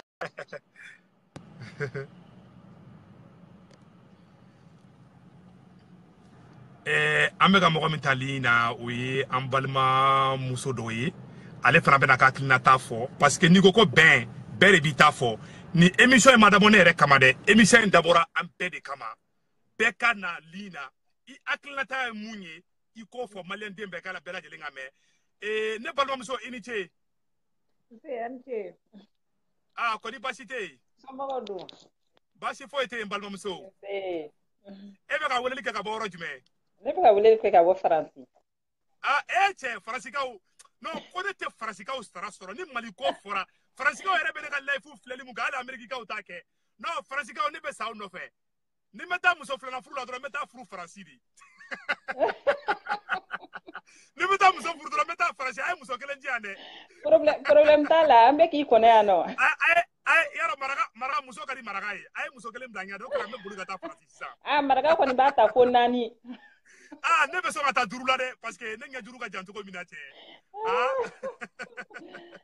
kɔni baasi tɛ yen balimamuso baasi foyi tɛ yen nɔ aw yɛrɛ dun an bɛ yan baasi foyi tɛ n na balimamuso tiɲɛ na ne b'i ka émission lamɛn tuma bɛɛ awɔ réseaux sociaux sanfɛ ni dugu jɛra kaba dɔrɔn fo ne ni n cɛ tuma dɔw la an bɛ kɛlɛ yɛrɛ a ko n tɛ foyi ɲɛ téléphone najɛ ni bamanankan na mɛn ni kiriti karata komi ale ye tubabu ye awɔ donc ne bɛ émission lamɛn tuma bɛɛ donc aw ka émission ka di ne ye surtout kati 24 ni arasibasi ni kiriti karata vraiment n'u sera ka bɛn o y'an bɛɛ ka laɲini ye wallahi ala ko kɛ Mandela Cissé tout mangam kun be Facebook sanfɛ an bɛ bɔra kalama donc a kɛra ko ye mɔgɔw yɛrɛ dusu kasira ne yɛrɛ kɔni dusu tiɲɛna yɛrɛ dugu mana jɛ kaba dɔrɔn ne dusu bɛɛ de bɛ tiɲɛ donc c'est pas bien et puis mɔgɔw ka vie privée fɛnɛ k'a bila en danger c'est pas bien aussi c'est vrai donc ne kɔni b'a ɲini fɛ n'i sera k'i jija nin ko in fɛ walasa komi a yɛrɛ bɛ faransi yan nɔ je ne sais pas comme a contacti ka gɛlɛn arasibali sɔrɔli ka gɛlɛn a ma nɔgɔn donc o timinandiya de don ne sais pas ni mɔgɔ min b'a kɛrɛfɛ n'i sera k'olu tigiw sɔrɔ donc n'u ni Mandela Cissé Momo n'u ye baara daminɛ cogoya min na n'a sɔrɔ u bɛ se k'a laban ten parce que Maliko bɛ cogoya min na il faut que an ka taa denmisɛnninw de ka fan fɛ o tiɲɛ dɔ kɛra cɛkɔrɔba ninnu sɛgɛnna donc an b'a ɲini denmisɛnninw n'an sera ka denmisɛnninw n'a sɔrɔ u bɛɛ bɛ se k'u fara ɲɔgɔn kan ka denmisɛnnin kelen ɲini donc ni jama bɛ se ka jɛ ka voto ye donc fanga ka bɔ cɛkɔrɔba ninnu ka bolo kan ten dɔ kɛra ten tɔ u tɛna se ka foyi de ɲɛnabɔ Maliko in na a ma nɔgɔn mɛnɛ a ma nɔgɔn bandi Mali bɛ yɔrɔ min na kɔni a bɛ dingɛba de kɔnɔ Mali kɛni bɛ dingɛ kɔnɔ ça c'est vrai donc n'u sera k'u ka intérêt bila kɛrɛfɛ k'u bɛɛ k'u ɲɛsin Maliko ma o tiɲɛ donc ko bɛ nɔgɔya dɔɔni i ye tiɲɛ fɔ kati 24 yɛrɛ n'a sɔrɔ u kelen bɛ u bɛ se ka kati 24 yɛrɛ fɛnɛ comme denmisɛnnin don denmisɛnnin bɛɛ bɛ fili ko baara mana kɛ cogo o cogo bɛɛ de bɛ fili i bɛ bɛɛ de sɔrɔ mais n tɛ bɔ n ka fili kɔnɔ o de ye kojugu ye o tiɲɛ ça c'est vrai donc n'u sera bɛɛ sera ka fara ɲɔgɔn kan jamakulu bɛɛlen de bɛ bi fɔ hali plateforme komi an n'olu ka kow tɛ taa ɲɔgɔn fɛ politique mɔgɔw caman b'o kɔnɔ donc ce n'est pas la peine an n'u ye plateforme in fɛnɛ ci parce que i n'a fɔ ka politique mɔgɔw bɔ a kɔnɔ ka cɛkɔrɔba ninnu bɔ a kɔnɔ cɛkɔrɔba ninnu ye Mali bisi u ye dɔ kɛ ten tɔ u ka taa ten dɔ kɛra o de tun ye ne ka kumakan ye k'a lase donc a b'aw timinandiya ɲɔgɔn bolo Inch'Allah yarabi vraiment balimamuso i ka kuma diyara ne tulo la trop an bɛ fɛ bɛn de ka kɛ walasa maliyɛnw bɛ se ka hɛrɛ sɔrɔ cogo min na an y'a dabɔ o yɔrɔ de kama oui parce que 2018 sera donc ni ko min ma kɛ sisan o tɛ se ka kɛ tuguni an bɛ yɔrɔ min na tantɔ fo aw k'aw jija ka kow bɛɛ fara fara ɲɔgɔn kan dɔɔni donc bɛɛ k'i jija ɲɔgɔn bolo kan bɛɛ k'i ka furukuru min bɛ yen nɔ bɛɛ k'a bila kɛrɛfɛ wala an ka ɲina yɛrɛ kɛlɛ ni fɛnw kɔ parce que n'an yɛrɛ ma ɲɔgɔn kɛlɛ ni mɔgɔ kelen bɛ tila ka na an kura bon o de ka di politique mɔgɔw fana an yɛrɛ damaw bɛ ɲɔgɔn kɛlɛ min na o ka d'u ye donc bɛɛ de bɛ olu fana yɛlɛkun de ye nin ye donc an bɛ intérêt ko in de bila kɛrɛfɛ mɔgɔ kelen tɛ se ka ko foyi ɲɛnabɔ Mali ko in na Mali bɛ yɔrɔ min na tantɔ a bɛ dingɛ min kɔnɔ mɔgɔ kelen tɛ se ka foyi ɲɛnabɔ donc timinandiya de bɛ a ko ɲɛnabɔ kan i ye tiɲɛ fɔ walayi n balimamuso nin y'an den mankan ye awɔ ala k'i den balo amina ala k'i ni cɛ bɛn amina vraiment je suis très content ma sœur ala k'an to ɲɔgɔn ye tiɲɛ na ne yɛrɛ content ni kɔnɔ i yɛrɛ bɛ nɛni i bɛ ko bɛɛ kɛ ko bɛɛ bɛ kɛ mais i ko k'i t'a dabila donc foli bɛ e yɛrɛ ye foli belebeleba de b'i ye o ye belebeleba de ye Maliko kɔni mana daminɛ kɔni i bɛ nɛni i bɛ ko bɛɛ kɛ walayi erreur kelen man'i sɔrɔ kaban dɔrɔn bɛɛ bɛ jigin i la ka sɔrɔ erreur bɛ bɛɛ sɔrɔ diɲɛlatigɛ la erreur bɛ bɛɛ sɔrɔ ala de bɛ mɔgɔnfin ŋanige dɔn quoi n y'o de fɔ toujours ne bɛ n ka émission na ne tɛna dabila diɲɛ mɔgɔ si ye ala de bɛ bɛɛ ŋanige dɔn i mɛn'i ka ko la i janyana na ala bɛ bɔ i kɔfɛ don dɔ la n y'o de fɔ hali bi ala ka tiɲɛ dɛmɛ ni ne bɛ ka dabɔ Maliko de ma ala ka tiɲɛ in dɛmɛ toujours et je suis de cœur avec vous tous ala k'i ni tiɲɛ na i ka nin video en direct in a wusara n'a sɔrɔ mɔgɔ wɛrɛ fana bɛ se ka nin kɛ kuma bɛɛ n'an bɛ se ka kuma denko des trucs comme ça surtout denko yɛrɛ timinandiyalen don Maliko la kojugu non a timinan ka di franchement ma sera a timinan ka di ale ye timinan ka di et puis a tɛ bɔ ni ko tɛ quoi n'a bɔra fana a bɛ kuma minnu fɔ a bɛ mɔgɔ nisɔndiya a bɛ mɔgɔ nisɔndiya walayi ça c'est vrai vraiment n balimamuso i ni ce i ni baraji ala k'an to ɲɔgɔn ye amina k'an bɔ o la y'a mɛn merci beaucoup bye bye ok mɔgɔ ka ca na bi dɛ ok n bɛna kulubalicɛ dɔ ta sisan nɔ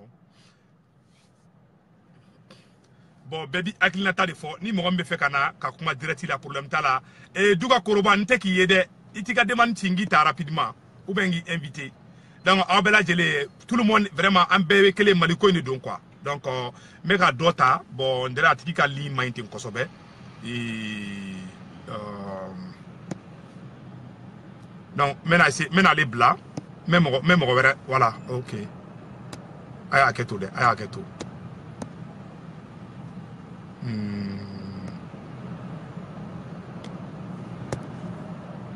aya keto de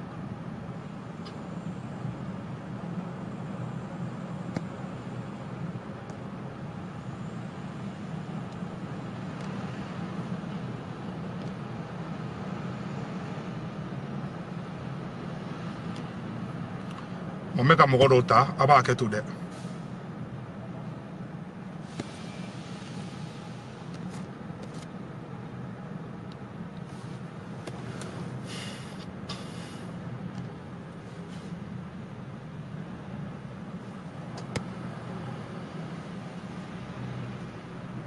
ah n'indigite ka sorobi de aya keto de je vais voir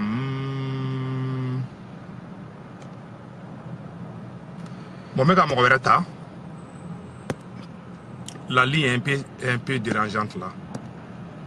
Excusez-moi, hein, s'il vous plaît.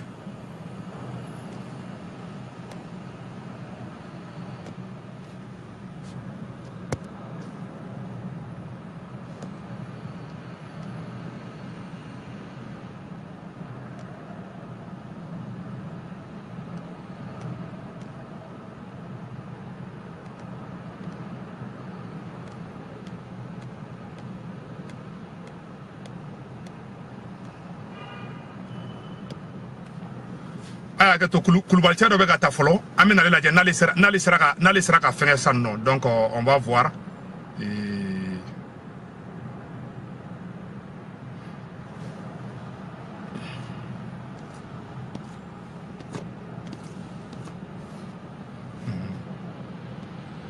ambe ga se ka mbalma cero ta ko Koulibaly do ale fera be na se ka atinata fo donc vraiment il me semble que OK Douga Korobal, il va demander quoi? Ni demande va accepter.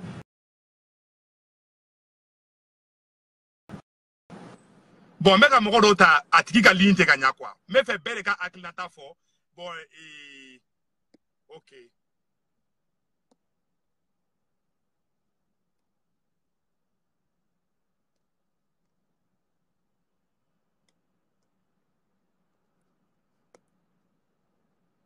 Aya agato de wallahi. Je m'excuse hein. On dirait la ligne est trop dérangeante aujourd'hui là. Aya agato. Aya agato, aya agato, aya agato.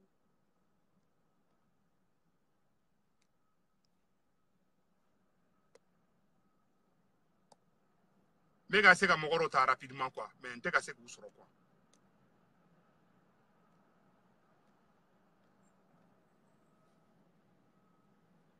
Donc émission est d'abord dit. Bella Jeleka Akinata fo. Ne démission intérêt de flemme ça. Ça c'est Adja Jabate. C'est quoi? C'est Moussa avec tout de Jabate. Kodibas dila. Voilà mais à Kodibas itia. Dembayadu. Voilà dema pas si faut te demala. Comme tu dis. Oui ça va era du Kodibas dila. Amé voilà ay do OK ala ka no kake. Amina rabbi. Angam so ba do Kodibas dala. Basi foite. Yo ni ne chien fole ka kuma émission na direct là. Awo. Ne be fen chama na me Facebook asan. Awo. Bon Facebook tabule ça be Facebook ko ne bo mokola. Ye chien fo balmam so. Donc ni chien fole nga participer émission na ou be direct là. Sinon be fen chama na me mais ne be intervention fe suis. Kunu ngana mo ko bengen nge kele bate ko nyuma. O chien. Abe maliko inde o chien malika nu ba be du sukuna o chien amumbe la jeliko andu sukun torolendo o chien mumbe émission ni fono be du sukun torolendo parce que malibe tabulo mika amam mo sidia o chien amadia mo ça va pas